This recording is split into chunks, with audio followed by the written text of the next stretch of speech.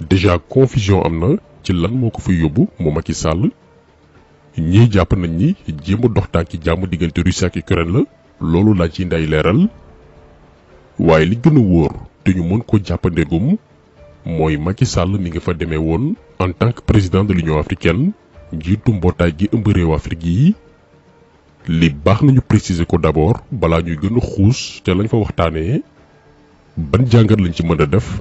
ak ñun Afrique ban taxawaay la ñu war a mën a am par rapport ak fi àdduna nar a jëm.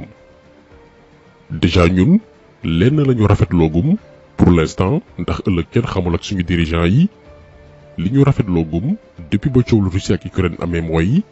taxawaayu neutralité maanaam tëddee njaaxanaay bi yenn ci suñu réew yi taxawee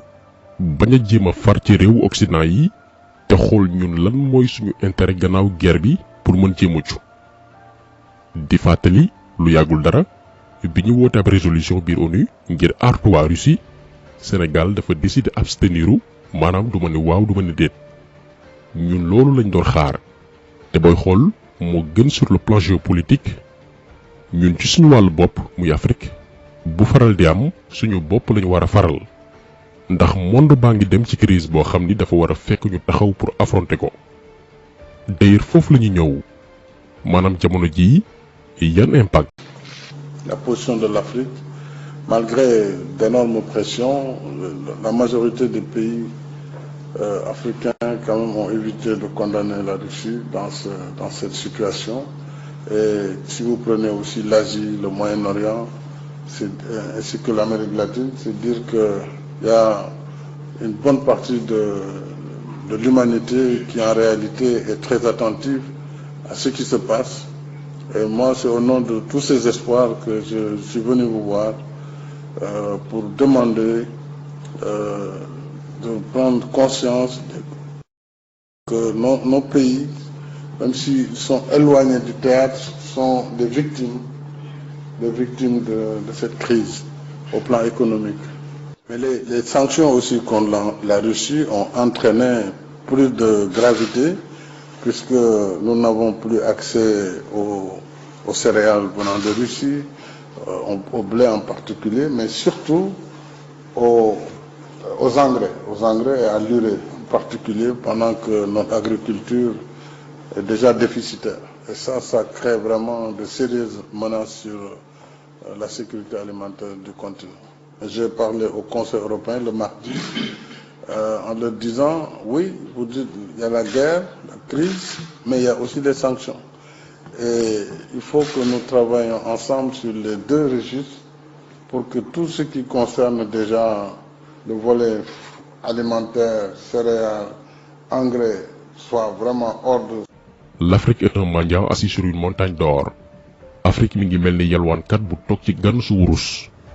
am nañu lépp waaye foo ñu fekk ñoo ngi tàllal loxo.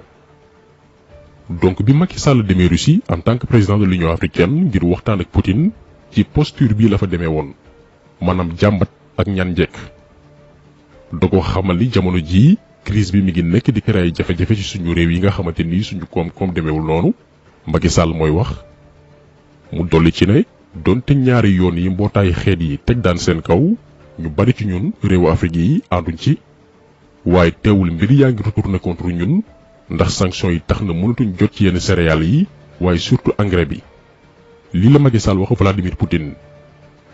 li ko Poutine tontu nag mooy xamal ko ni loolu bàyyikoowul ci ñoom maanaam yenn Russie newul xañ africain yenn produits yi occidentaux yi ñoo teg ay daan seen kaw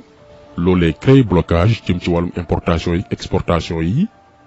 rax ci dolli ñu génne la banque russe ci système financier international bi naan SWIFT loolee di jafel payooru yenn réew yi seen diggante ak Russie maanaam buñ doon tënk waxtaan bi Macky Sall ñëw na tiis soxlaam ci turu mbootaayu réew Afrique yi muy Union africaine Poutine daal di dégager ay responsabilités am ne ko jafe-jafe bi du ci man ci occidentaux yi la ñoom ñi nga xam ni pour seeni intérêt personnel dugal nañu réewu Ukraine ci combat boo xam ni amul woon les moyens pour dëkku ko loolu defoon nañ ci ay leeral au lieu que nag ñoom occidentaux yi dellu ginnaaw defuñu loolu dañoo jël ay daan teg ko ci kaw Russie di jox Ukraine ay ngànnaay boole ci di wéy di xam taal bi. léegi nag ñun jàngat bi ñu ciy def mooy jamono jii moo xam Union européenne moo xam état